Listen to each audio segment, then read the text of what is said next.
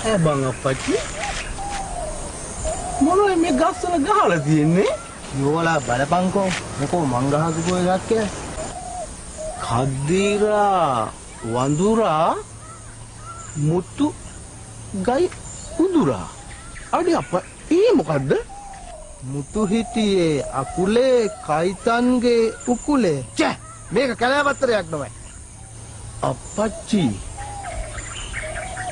මුතු කියන්නේ මගේ මනමාලිද දන්නේ?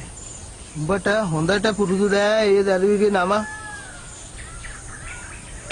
හැබැයි නම් මුතු තමයි. උන්ද කඩුළු 18ම පැනපු එකයක්ද කොහෙද? අපි මේ ගමම අපිට හරලා යමුද?